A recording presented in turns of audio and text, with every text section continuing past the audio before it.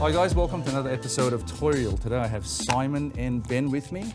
It's our inaugural episode where we're going to be doing a fairly long and extensive episode with lots of unboxings. So thanks for coming, fellas. Nice to meet you. Yeah, great to have you guys here. Yeah, my pleasure. So for future reference, Simon and Ben are going to be with me in all future episodes. It'll be really good to have a panel, sit down, talk about toys and what we like about them. And where else to start but, you know, the biggest event of the year. Exactly. In fact, we have a lot of toys to go through today. So we're going to try and make it as short and snappy as we can. But I did not tell you guys that I have a couple of toys here from, I don't know if you guys recall, but there was actually a Kickstarter campaign called Articulated Icons. Yeah. Do you guys remember that? Yeah. Okay, so I think it was the Fush podcast guys that basically made these toys. I have here the basic Ninja Black from the Feudal series, including the base that came. So this was something that, I mean, I'm looking at some of this stuff now on the market and they're going for a fortune. Yeah. A lot of Marvel Legends collectors are collecting these as well. I essentially ordered the whole entire pack. And I have a ton of these.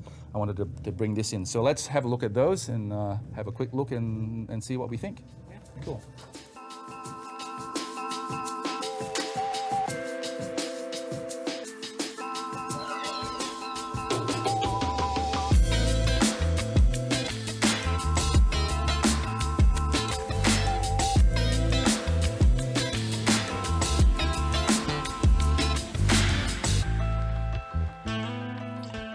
So, unboxed and not bad, fairly simple packaging, but more importantly, the figures. What are your thoughts, guys? I mean, just first impressions, quickly. It's actually something a bit different. You know, to me, it reminds me a little bit of Snake Eyes from G.I. Joe, in a sense, and I get the feeling they've got it there. But when you actually look at the accessories that come with it, it's something completely different. Yeah.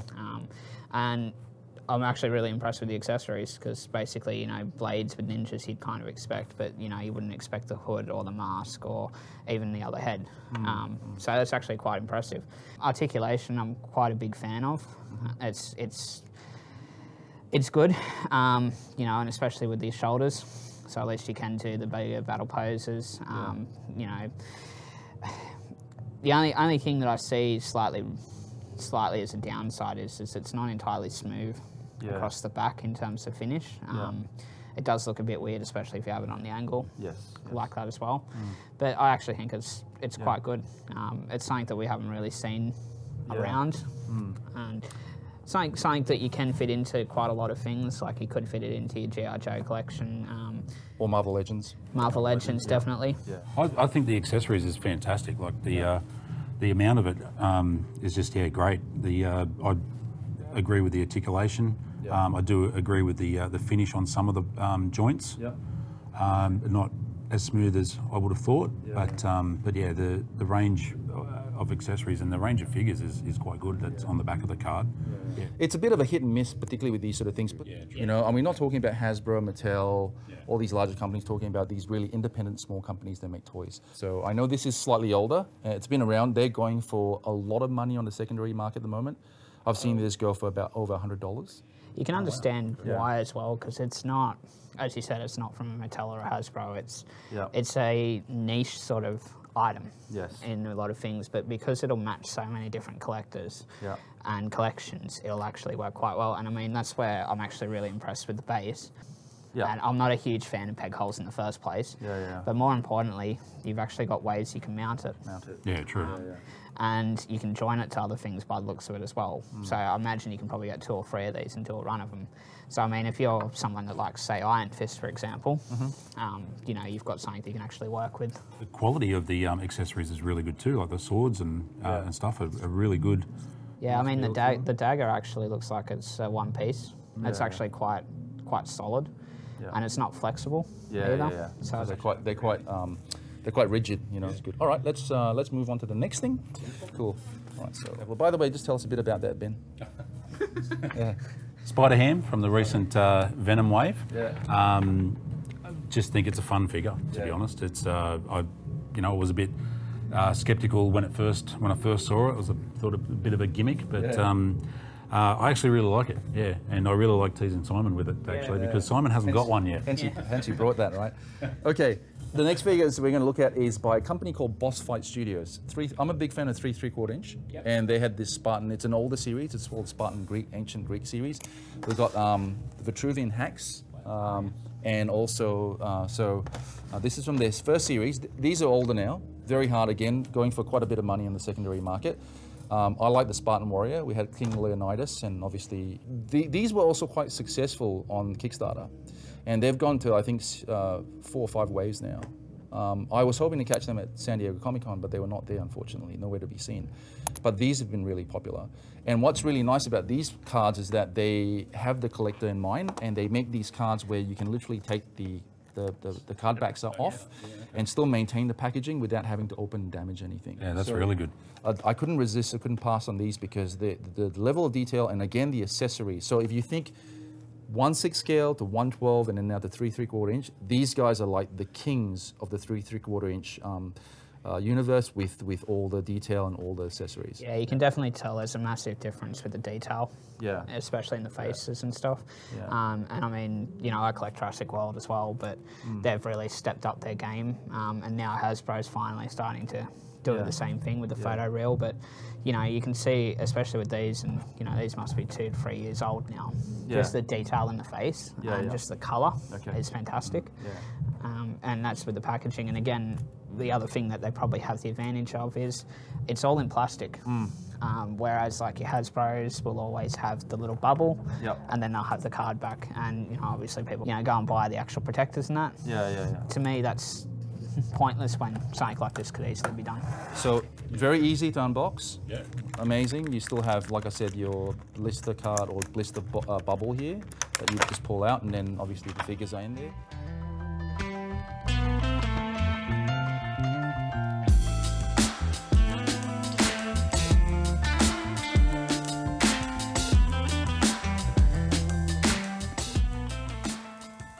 I'm actually quite impressed with the Spartan. Yeah. You know, it's a soft plastic sort of greave, but, you know, you can pose the feet around a little bit, stretch them out, get them into a couple of different poses. You know, the detail on the arms, the muscles in particular, you know, it is actually quite good that you can actually feel them and you can feel the work that's gone into them. But I think the winner is the face. In fact, they have different versions of this figure. They have King Leonidas, and they also have the Ultimate Spartan, which is a box figure. That was an exclusive that comes with even more accessories. Oh, wow. So that is something I have that I'm keeping for a rainy day. But if you want an army build, great. And Medusa. I mean, do any of you guys remember Clash of the Titans? Yeah. The original Clash of the Titans. So for me, that was almost like a ubiquitous sort of character to have, you know. I love history and mythology and stuff like that, and I can't get over the articulation and the detail in her tail. The hair is just phenomenal. Yeah. Even the whip is just amazing. But these are just gorgeous looking figures. Yeah, I definitely love the Spartan. The Spartan's actually a really nice figure. And the helmet, helmet's actually really caught my eye because it's not a solid plastic, it's a soft plastic at the bottom. Yeah. So you can put that over the head. You can actually fit it over the head a little bit better. And it actually looks a little bit... $1 million. Look at that. That's something you won't see with like a Hasbro on that. It'll be a really tough plastic. So I hear from good authority that evidently Boss Fight Studios are ex-Hasbro employees. Oh, right, okay. So that probably makes a bit of sense now. And they felt that they wanted to, you know, ramp up the level of detail and the manufacture, the design, the paint apps, the sculpts in their 3 3/4 inch line. And I think they've done a pretty damn good job. Yeah. So final impressions? I'm going to get one. Simon? Yeah? Going to get one. You want to get one? Go check them out. I really want one too. Do the eBay thing. Now, the next on the list is stuff that I'm a big fan of, particularly a brand called Mezco. I'm sure both of you guys are familiar with Mezco. I don't know if you guys recall, but Mezco, I started collecting their stuff when they had all the Hellboy stuff. Do you guys remember that? Yeah. And I think they've come a long way. Amazing, right? And then they have this stuff now where supposedly their 1/12 collective stuff, which really caught my eye, is literally like the 1/6 scale stuff where Hot Toys and Sideshow are doing, but miniaturized. While these are fairly old ones, I really wanted to look at both. So let's have a look at Wolverine and also Batman from the Dark Knight Returns, the Mutant Leader. So, like I said, they're older, but I also want to get your impressions because I know a lot of friends of mine and also fellow collectors that go, oh, well, you know, we collect Marvel Legends, we like the Hasbro stuff, but we're really fascinated with Mezco 112 Collective. Yeah, Mezco is one of those ones for me where I get fascinated by it, but you know, I've very rarely bought anything. So yeah, I actually am quite excited to see what these are actually like in person. Cool. All right, let's unbox these. Cool. So go for it.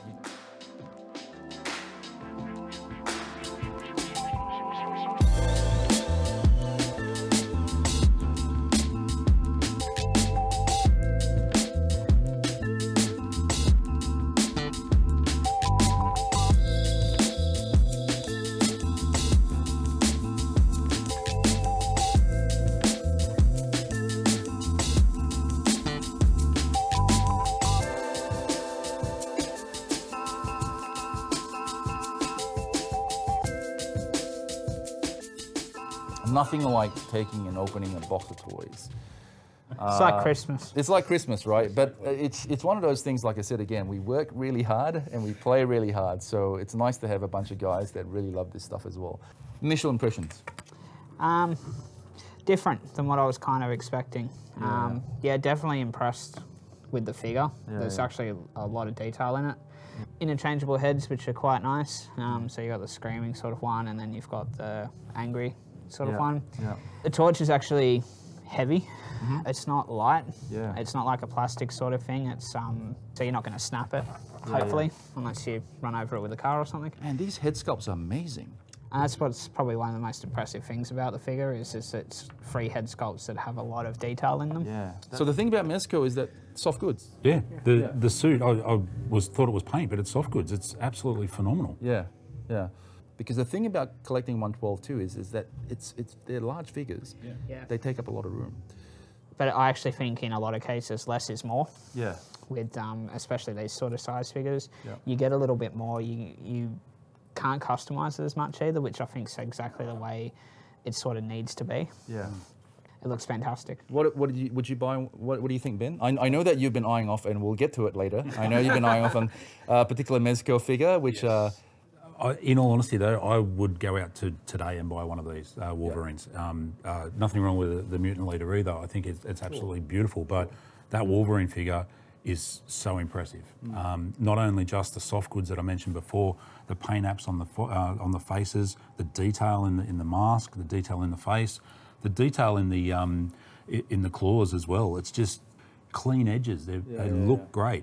It doesn't look like plastic. It looks like metal. You know, it's amazing when we talk about toys, right? Ultimately, for us as collectors, we like the level of detail that goes into some of these collectibles. But ultimately, they're still mass-produced. But when something is mass-produced that well, you're gonna have to give the company credit. So it's very impressive when something like this is mass-produced, but still, like I said, achieve that level of detail, clean lines. I mean, man, people are very, very tough when it comes to what they like and what they don't. Everyone has an opinion, which, you know, at the end of the day should be respected. But I think at the same time, some combinations work better in a comic book, and some combinations work better on a screen, and some work brilliantly in a figure. And someone has to make that tough call. And this is the difference between, say, a Hasbro Wolverine and, say, this one. To me, this would be an adult collectible. It wouldn't be something that, you know, you would find at like a Kmart or a Big W or something like that. Hasbro's aimed at children, teenagers and adults, so of course they're not going to have the same sort of detail. This is something that, you know, someone my age, for example, would probably pick up. The articulation in the shoulder, I'm not sure if you'd be able to get some good battle poses of, you know, hands above shoulders without some great difficulty. But like I said, the detail in just something as little as an elbow joint, and also to be able to change the accessories. I don't know how many times I've sat there with some of the figures and thinking, am I going to break this or am I going to... This, great. It's not going to fall off, but it's so easy to change. Let's move on. So we'll put these away and then we'll move on to the next bunch of figures. Okay, so thanks, Dave. So on the subject, next in line is, I found this, of all places, in Singapore. So talk about Marvel Legends and Wolverine, and we're on topic of Marvel in general and DC. I don't know why everyone's hassling me about this. They want to buy this off me. I would assume that this is quite available right now here in Australia, right? No. Not yet. No. No. Okay. It's shown up in a couple of places, Yeah. but yeah, it's definitely not out in the wild. You know, just on the topic of I actually found 2 of these in Singapore.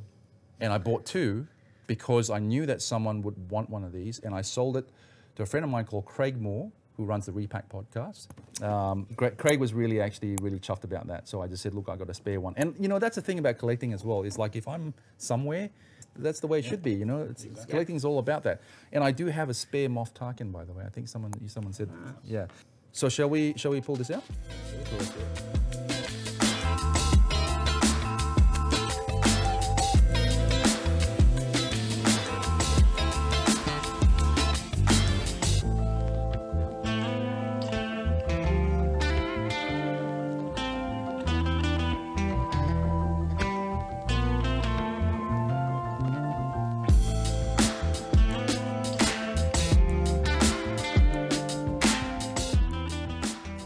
Comes in the whole set? Basically, you get the Figure. bike, Yep. the figure, obviously, with the interchangeable hands, so you can have the claws out or you can have the claws closed.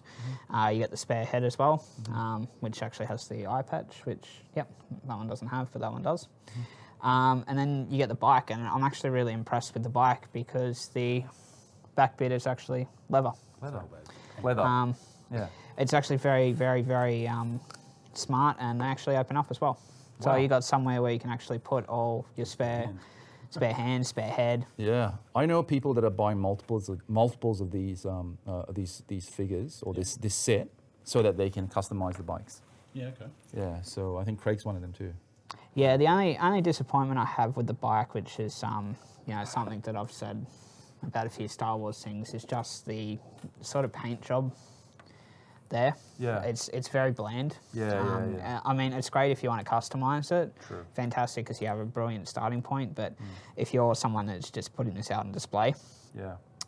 it is a little bit disappointing that there isn't some sort of, you know, dirt or anything like that, and especially when you consider that Wolfie's already quite dark. Yes. Anyway. Yeah. But I actually really like this.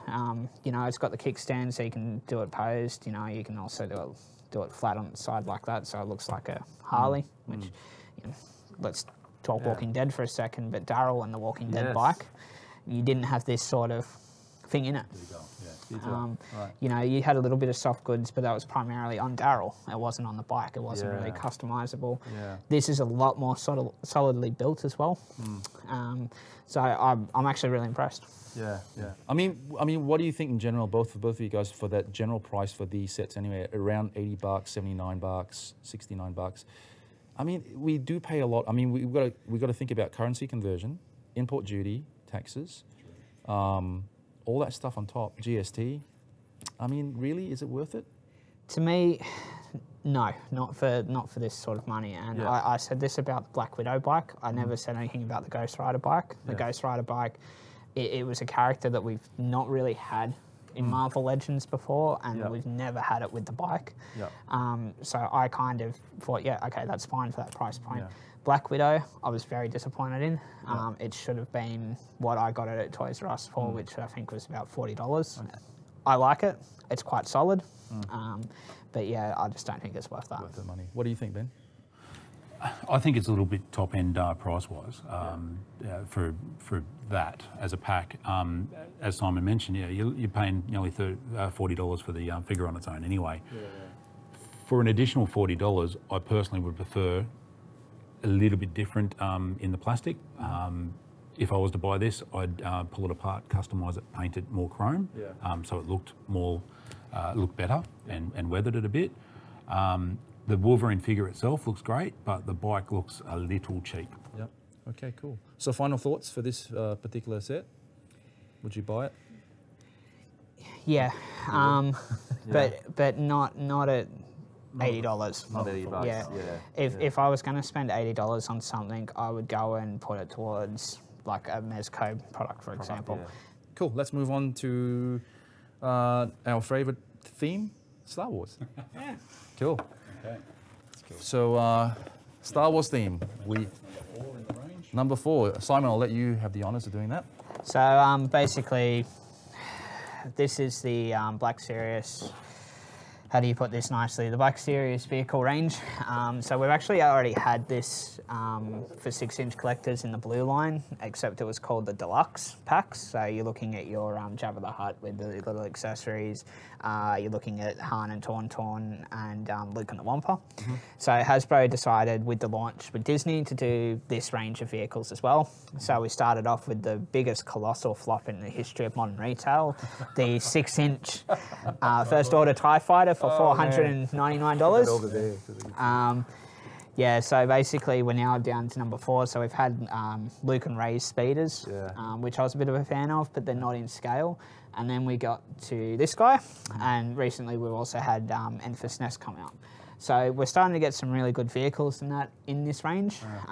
I have had this for quite a while. I am really impressed with it. First thing I will say, because I know I'm going to get slaughtered for this, it is not screen accurate. Okay. No, that's fair call. Fair call. It's basically you can't do it screen accurate because of the size the dewback would be in scale with a 6-inch. The other thing as well, and this is for Rick because I keep getting in trouble for ignoring this, on the Sand Trooper, which we'll have a look at very shortly, he has a grey pauldron. Right, okay. The grey pauldron does not exist anywhere in the Star Wars universe. I love the dewback. I think it's awesome. I think it's a nice figure. It's a nice figure. Great addition. The dewback has a lot of articulation, so I think from memory it's 24 points, including a hinged jaw. That is something we've not seen at this scale. The Sand Trooper, which I'm not even going to bother taking out because if you have actually collected Star Wars before, this is basically a repaint of the Orange Wave number 4, I think it was, when it first came out.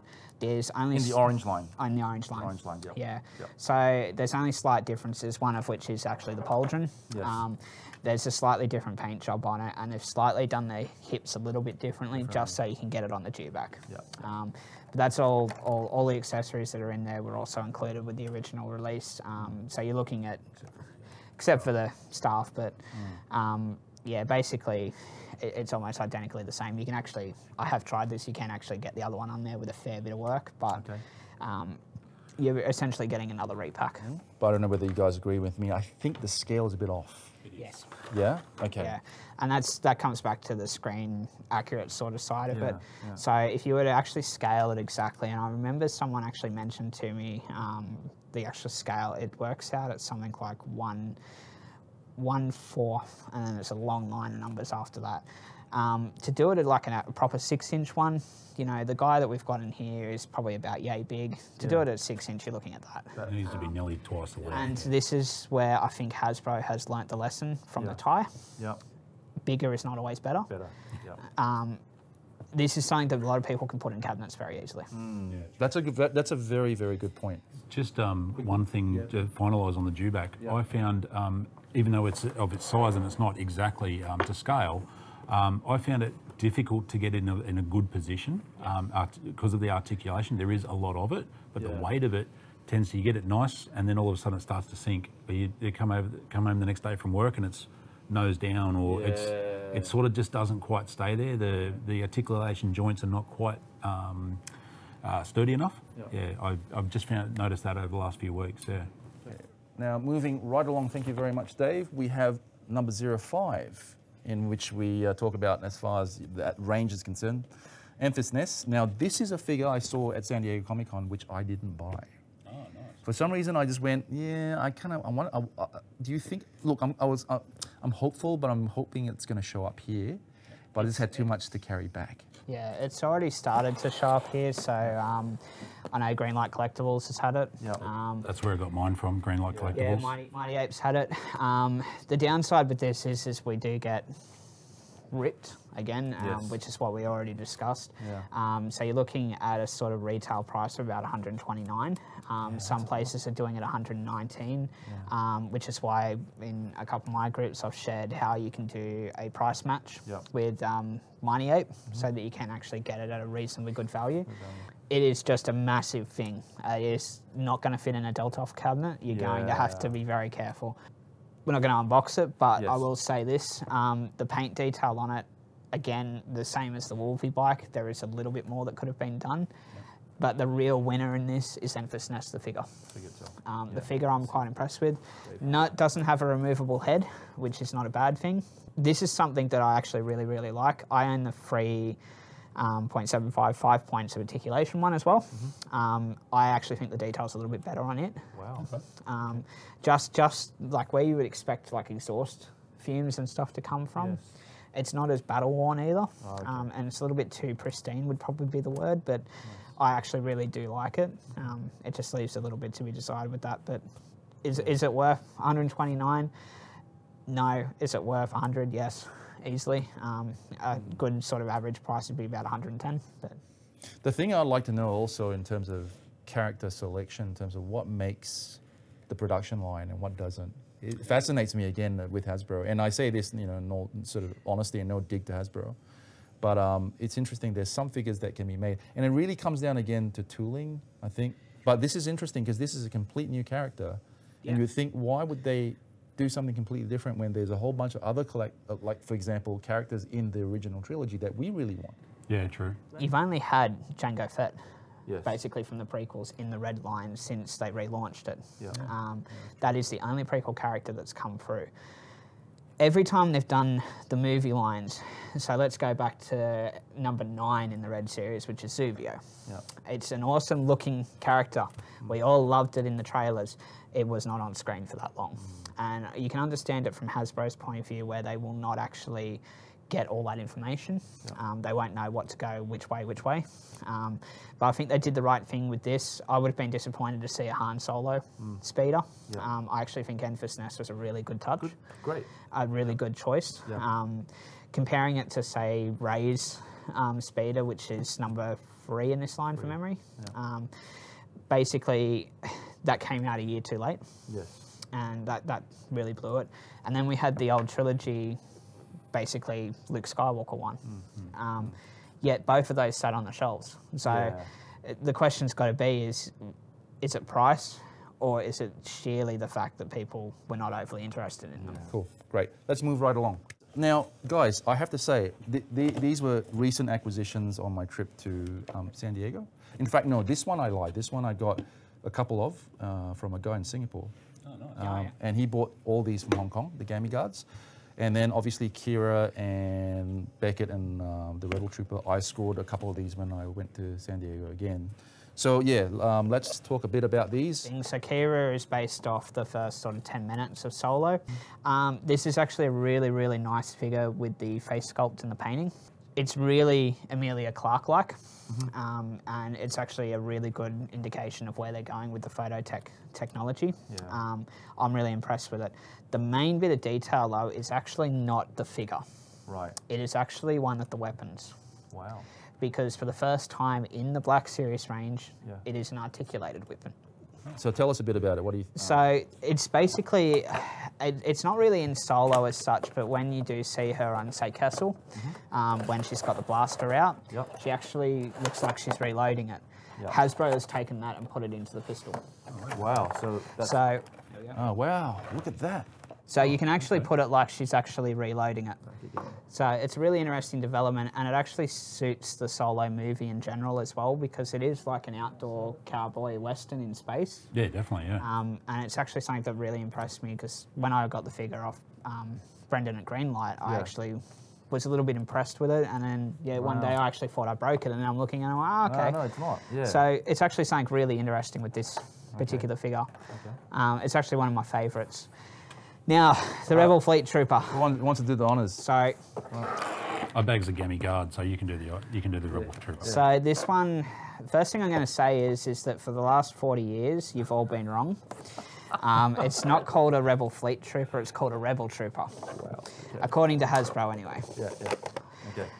So the one thing I'm going to say with this one is, and this is actually a first for the Black Series as well. Is he has butterfly joints in his arms. Ah, nice, okay. So you can actually reach behind his back. You can actually reach in front if you really want to be that dirty. And yes, I'm talking about you, Sean. But Sean, hi. But actually, it's actually a really nice figure. Downside is if you're army building. Yes. It is only one head, and that is the downside. I was going to say, they've really missed the mark by not including at least one more head. Yeah. Two spare heads would have been fantastic with slight differences, different hair, whatever. But that's a good really point. Missed the mark. Well, that's why for Boss Fight Studios, for the Vitruvian hack stuff, they include several heads. And it's not a hard thing to do, but then I think it comes down again to two things, cost and tooling. But you look at Marvel Legends Multiple Man, there's 3 heads in it in total. So his name is Multiple Man, and it got 3 different heads in it. Yeah. That's the one thing. I love this figure. Mine's still coming from overseas, but I've had a chance to play around with one. The other thing is as well, the actual coat comes off, so you can actually do a little bit of variations in it. Yeah. But yeah, the head is where I think they've really missed an opportunity. I know there's a lot of fan sites that have said, and there's a lot of people going to Hasbro, well, can you make a multiple head? To me, what they could have done is what Bandai has been doing for a while, which is the back of the head sculpt stays the same and it's attached to the figure, and it's just a different face that you can just pull out and put on. I think they missed the boat there. Having said that, we haven't had a Rebel Fleet Trooper or a Rebel Trooper since 2011 in the Vintage Collection. This is the first time it's ever been done in a 6-inch scale, so it's a character and a sculpt debut in this. Yeah, true. I don't think you can complain. Okay. And photoreal? Photoreal. Yeah, it's a really big difference, and I can't remember the guy's name, but it is actually based off one of the first troopers you see in A New Hope. And let's face it, the best part about it, in all honesty, is the data card. Yeah. Yes. The addition of the data card. Yes. I mean, this again is a pivotal moment. Yeah. Obviously, and I think Gareth Edwards, the director of Rogue One, played that role where he, I think, was escaping. Yeah, he's the one that actually seals the door and then pushes them out.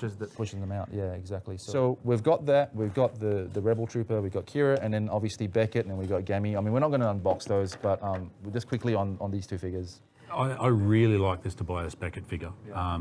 I've always been a big fan of Woody Harrelson, and that photorealism face tech is phenomenal. It's great.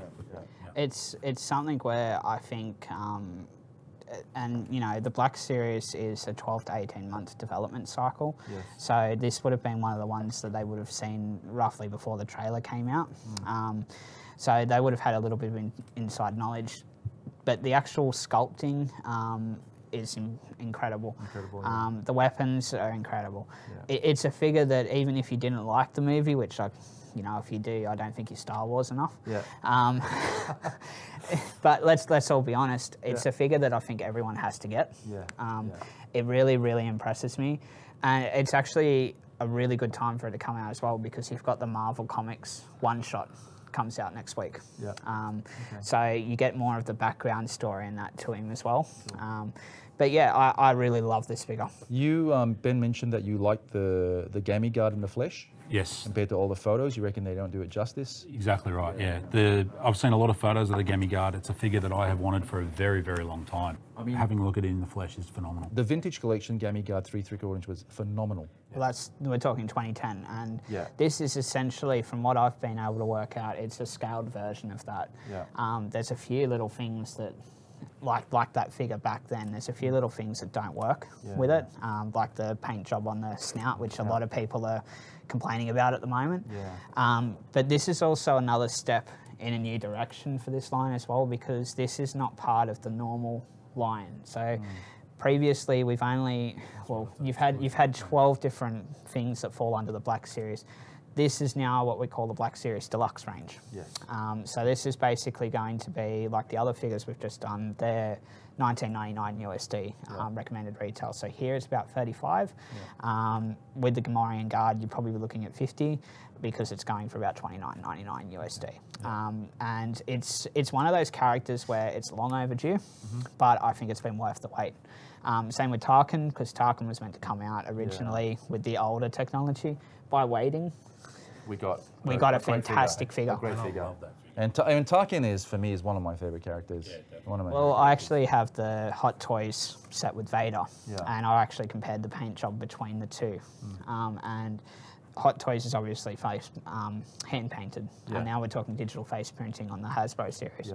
The sculpts have always been there, but the paint job has never been, and you know, that's a whole other thing. But it's actually very, very lifelike. And it's really impressive. Okay, cool. The only thing I don't like about that Tarkin figure is that you can't. There's no enough articulation in the elbow to get his hand up, his finger up to his mouth. Yeah. You know, it's an iconic pose for that particular figure, and the closer you can get is where he's sort of. I'm thinking about it, but I can't quite get there. Now the influx of everything that we've been waiting for are all the San Diego Comic-Con. Thank you, Dave. The good stuff. The good stuff, the San Diego Comic-Con exclusives that I managed to score while I was there. And I'll tell you what, it's one hell of experience. I'm so glad. Did I tell you guys I had to buy an extra suitcases to put these things in there? Yeah, well, there you go. So if I was there, I would have had to buy an extra. I mean, if I had my way, I'd buy 2 suitcases. And actually, I share this story. I was actually meant to pay, and thanks to, I think it was Delta, I was meant to pay an extra $180 for access baggage for that extra bag. I went to the counter, checked in. I used my points by the way to travel business, so that was really good. Didn't say a thing. Then they checked 3 bags straight through. So I didn't pay that extra $180. And sometimes a lot of people ask me, so, oh, okay, well, you bring some stuff back. Why do you put just a bit on top of what you bought? Well, hang on a minute, by the time I'm there, the hotel, my travel, bring it back, paying again, the exchange rate. I mean, when I do sell stuff, usually I sell it for what I buy it for, but usually I might put maybe 20, 30 bucks on top, which I think is pretty fair. It's fair, especially especially when you talk exclusives, Yeah. like, you know, let's talk the Hot Toys exclusives. So you had the Captain America, I think it was Black Panther, you had the Anakin Skywalker and stuff like that. And pop culture in Australia's put them up for pre-order and that. And you can get them from Sideshow Toy as well, but, you know, that's a whole other issue these days. But these exclusives, a lot of people don't seem to realise, and they're quite happy to sit at home and, you know, type it on a keyboard. Well, why don't we get them here? Australia's toy market is in the top 10. It is not in the top 5. So that is why you don't get them. You're not a key market. That being said, this particular one, you can basically be guaranteed it's going to be around for a little bit. So there's a festival in Germany that will actually be carrying it as an exclusive there as well. We're hearing rumours at the moment that it will basically be at New York Comic Con as well. So there is going to be a bit of this stock around. I know a lot of the local Australian companies are starting to get stock in as well. So I actually got mine from Go Figure Collectibles in Melbourne. Oh, wow. This is something, now, a lot of people have actually asked me this, and I think probably the best thing to do here is to actually open it up so you can actually see. Oh, that doesn't actually, so it's weird. It slides open, but it doesn't come off, and I think when we unbox it, which we will do in a second. But when you actually slide it open, so we'll do it like this, because you should be able to see that. That slide it open, so we'll put it up this way. For Dave. To me, this is something that you would actually get to.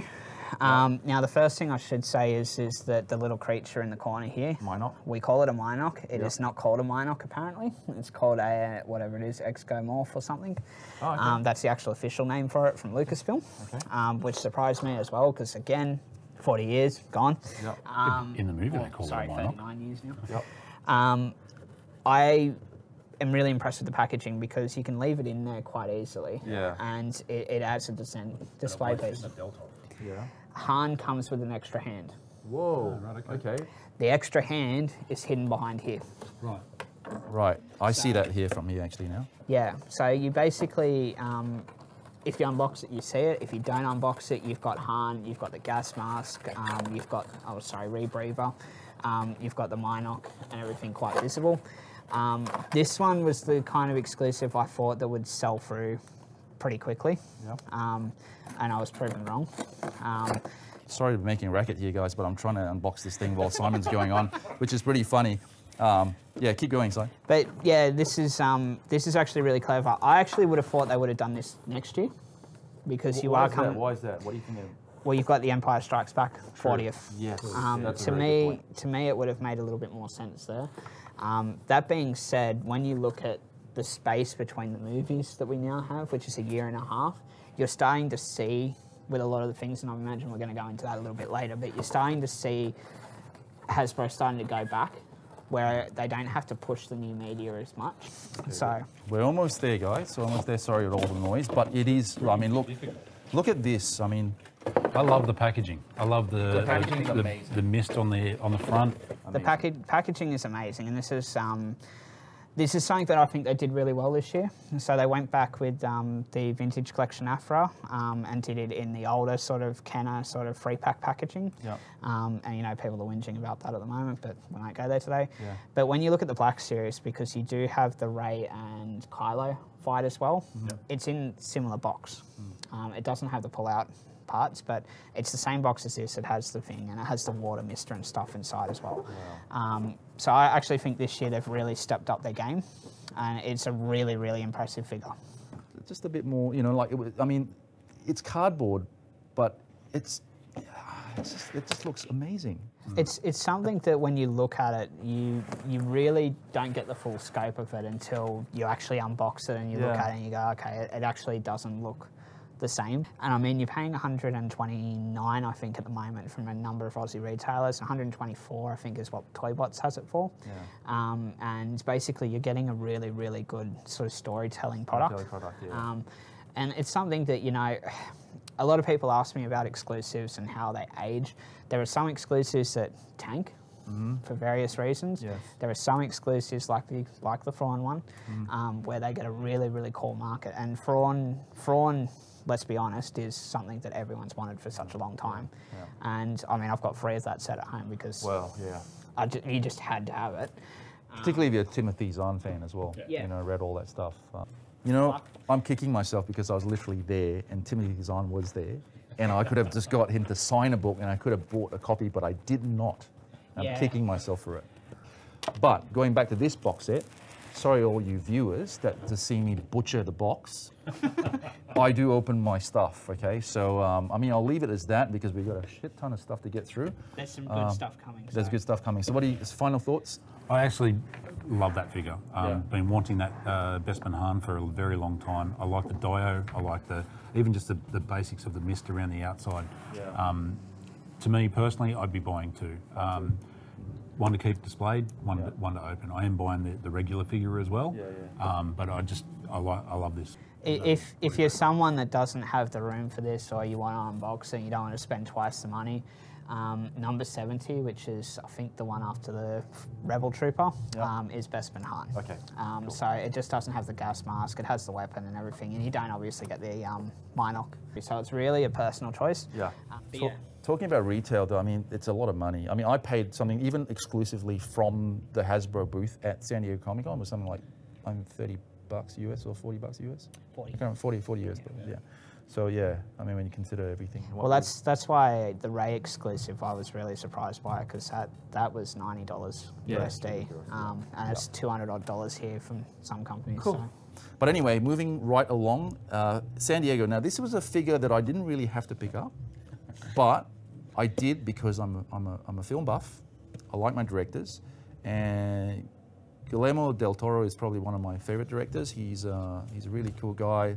I was shooting 2 mini docs while I was there on cosplayers, and Linda was one of the cosplayers, also known on Instagram. I'll put the link in the show notes here. It's called Kimchi Cosplay, and she did an amazing Angel of Death costume, and she was very inspired by a lot of his work. So for me, when I bought a couple of exclusives from Neca, I thought, you know what? You're only here once. I'm just going to buy them. So I decided to pick him up. And film directors and figures, I've never been a huge fan of, primarily because they've always been a generic sort of figure and a generic tooled sort of body. But you can tell with this one, without even unboxing it, that they've got a really good likeness of the figure. And you know, Del Toro, I think, is one of those directors you would want in your collection. Yeah, absolutely. So it's a really smart choice by Neca. So guys, 2 last items that I acquired from San Diego Comic-Con 2018. Simon and I are really excited about it. I mean, I know, Ben, you're not a big fan, but... Well, the first one I'm a fan, but not... You know, strength in numbers. Not as much as the second one. The second one is I'm a massive fan. The second one, you won't even have to give it to him because he'll already have it. So you know, the second one was, you know, we'll do honors for Ben, and that will be the last one. But this is a set that I'm going specifically to San Diego for this. Oh, okay. So when you think about it, I did buy 2 sets. Well, I was going to say you didn't really have any choice the way the online sale went. It was up for all of 2 minutes. Yeah. But I'll tell you a funny story though. They were freaking heavy.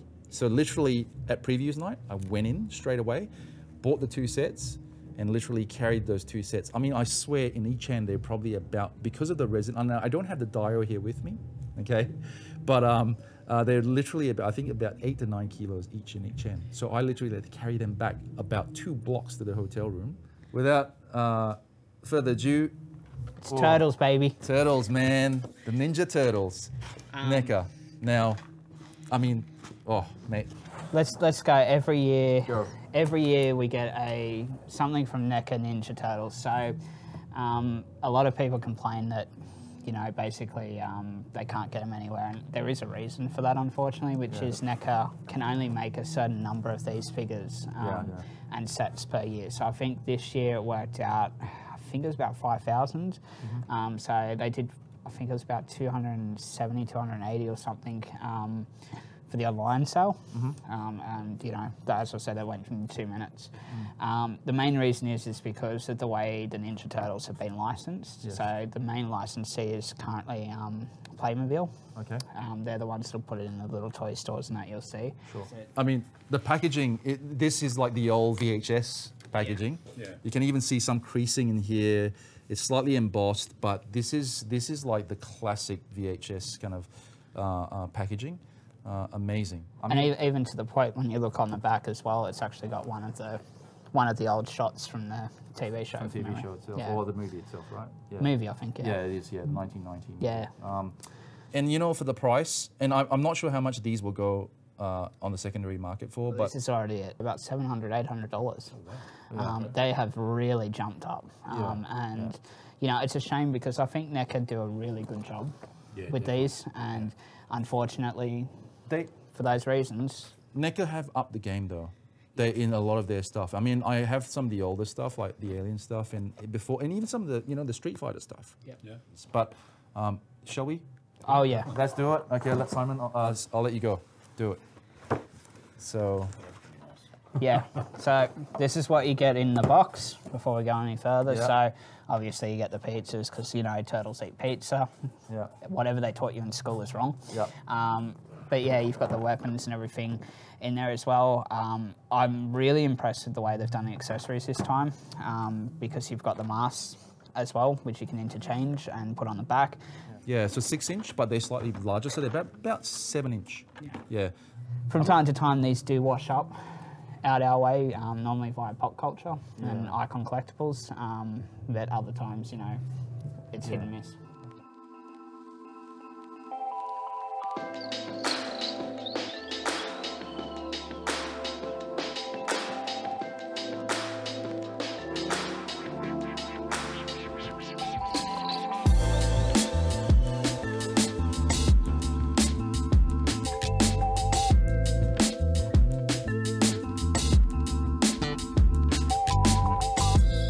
That's a nice figure, isn't it? Amazing detail. They're quite heavy as well.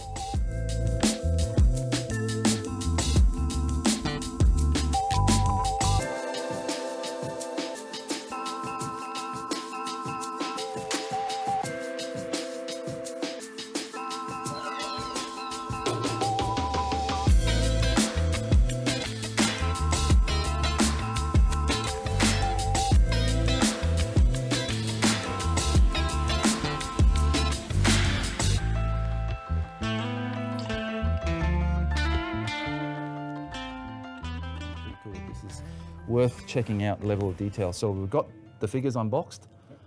Finally. Thoughts, guys? What do you reckon? It was painful to unbox. It was painful. Yeah, it was a little hard to unbox. Yes. I'm glad you didn't bring the diorama because that would have been a nightmare. Okay, but it was actually a pain in the ass to put together, by the way. Yeah. But worth it. Worth it. Yeah. The detail in them is really, really, really good. So on the back of the shells, for example, there is actually sort of like battle damage on some of them, not on all of them. I thought it was only on one, if I'm off memory. Is it only on one? He's got scratch marks on the back there.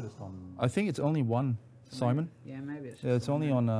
It's only on Raph because Raph gets bashed. There you go. See? He gets Thanks, Dave. He's fighting on the rooftop when he's all depressed, because for some reason he's fighting. And when Casey Jones spots him on the rooftop, going, "What the hell is that?" Yeah. And then the Foot Clan attack him, Raph, and then Casey's like, what the hell is going on? Talk about, so Dave, our camera guy. Dave's a fan. Dave's a fan. I don't know what we're talking about. Dave's a fan, and there you go, just explanation there. So definitely, Raph gets actually attacked by the Foot Clan on the rooftop. So talk about movie accurate. Yeah. They've put a lot of thought into that process as well. Yeah, it's they're really good. As I said before, they're a really good weight as well. They're not overly heavy, but they're heavy enough that if you get them into a pose, they shouldn't actually fall if you knock it, for example. They're sturdy. I mean, even just standing there, they're not swaying or anything like that. They're quite. I mean, look at that pose there. Yeah, that's basically what I tried to do where he's walking, sort of anyway. Yeah. But yeah, like it's got no balancing issues. You tap it, it doesn't move. It's actually really, really nice. I mean, the Neca figures that they made in the past were a bit dicey in the sense that the joints always got really loose. I don't know whether you've experienced those in the figures. They get to the point where they're so loose you can't really articulate or stand them. There's no rigidity in it anymore. Yeah. I don't know whether it's something to do with Neca, but they definitely seem to have improved their, yeah. And I think also, I mean, not to get too technical, but the different types of plastics, depending on the factories and where they outsource the plastic as well, and where they make them in parts of China, can make a massive difference. Yeah, well, that's the one thing with this is the articulation, like around the hips, for example, is not great, but that's not a downside with this figure. I think that's a positive because you can only really sort of commit to certain angles, so that helps the balance stay the same. The really cool thing is at least they didn't cheap out and do these as just like a plastic sort of thing. These actually will spin around quite well. So, you know, at least you got nunchucks there. And these are interchangeable, I assume? Yeah, they are. Yes. Yeah, they're interchangeable. So you get another set with the pack as well. And each figure comes with 4 hands, so the 2 that are on the figure plus 2 more in the plastic, which we didn't take out because it gets confusing. I'm really impressed. Again, this is something that, you know, I'd love to see more of, but obviously for various reasons we won't. But this is something that, you know, if you were really into Ninja Turtles, it would be something I'd actually seriously consider getting. It's a holy grail sort of thing. It is. I think that's the best description you could give it. I mean, for me, it was the holy grail for Comic-Con this year, getting this particular set. Yeah, this is where I think Neca really wins that sort of exclusive thing year after year. This is not the first year we've had Turtles, but this is the first year, I think, where quite literally Neca's pre-sale. And I should probably explain how exclusives do work in the States, because a lot of people go, oh, it'll be available online. The whole reason that it's available online is because of fire restrictions.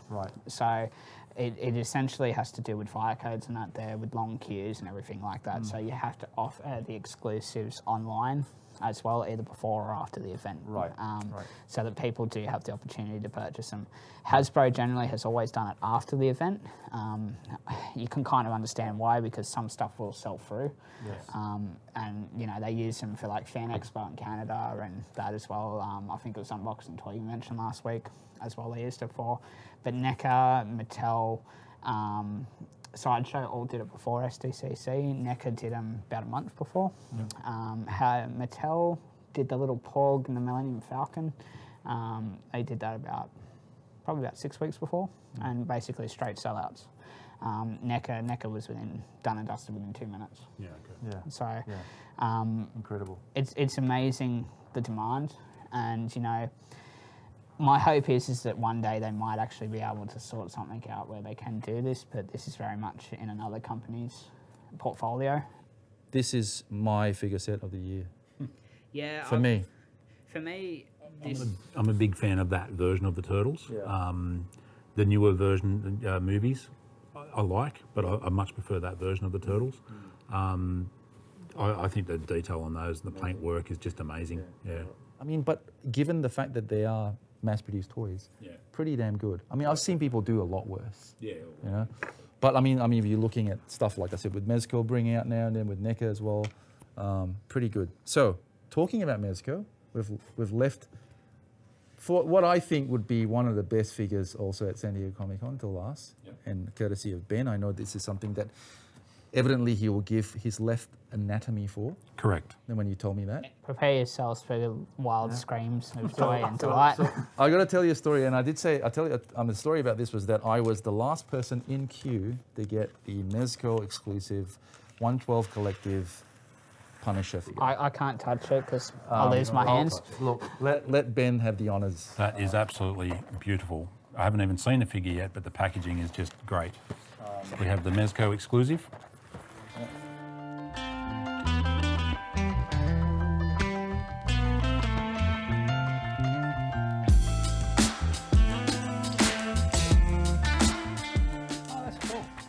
It comes with a massive array of. Well, look at the talk about the Ziploc bag. Firstly, Ziploc bag. The accessories is just. Wow. So you've got the gun, the grenade launcher, but you've actually got the blast and bullet effects. That's all soft goods again on the figure? On the figure itself. Yeah. Plethora. I mean, these guys don't do things by halves. No. Mezco don't do things by halves. That is one of the best looking figures I have ever. And let's really focus on the sculpt and let's talk about the figure itself. Amazing, other than all the obviously interchangeable heads, arms, accessories, the sculpts, and it's just amazing. This goes back to the comics, so you've got the Frank Castle sculpt, stuff, yeah, exactly. but you actually get the full hooded mask, yes, which I think is actually quite good. It's actually quite a heavy weight as well, considering it's just a head. Yeah. You would have thought they would have done it a little bit lighter, but it's actually quite nice. Yeah. Quite nice texture on it as well. Then you get the angry battle face. Yep. So it's a really good sculpt. This is hand painted as well. So you can tell the difference in the quality, and it really does bring the sculpt to the front. Okay. You've got a really, really nice soft goods sort of armor outfit as well. It's very, very faithful to the comics. Yep. It's fantastic. The weapons, you've got the Gatling gun, you've got the Uzi with a silencer that you can pull apart. Comes off, which is actually a really nice touch. This one here, the machine gun, the grenade launcher has got moving parts. Look at that. So the moving parts here is incredible. And also the magazine comes out of that one as well. I mean, guys, in a nutshell, let's quickly close up here. Ben, would you still give your left? I'd give both, actually. Yeah, both. I wish we could really talk about this a bit more, but we will, and we'll go in a bit more detail. In fact, I think maybe this warrants perhaps a review by itself. Definitely. Yeah? The amount at some point. Yeah. So thanks again, guys. It's been a long episode, a packed one. This, like I said, is the inaugural one where the three of us are together. Yeah. Stay tuned for more episodes on Toy Reel. I think based on that, I think we'll have to do a separate review for just that one and Mezco stuff. So don't forget to like, share, or subscribe. Thank you so much, guys, for watching. Thanks so much to Ben and Simon for coming in. Thank you. Myself, thanks for watching.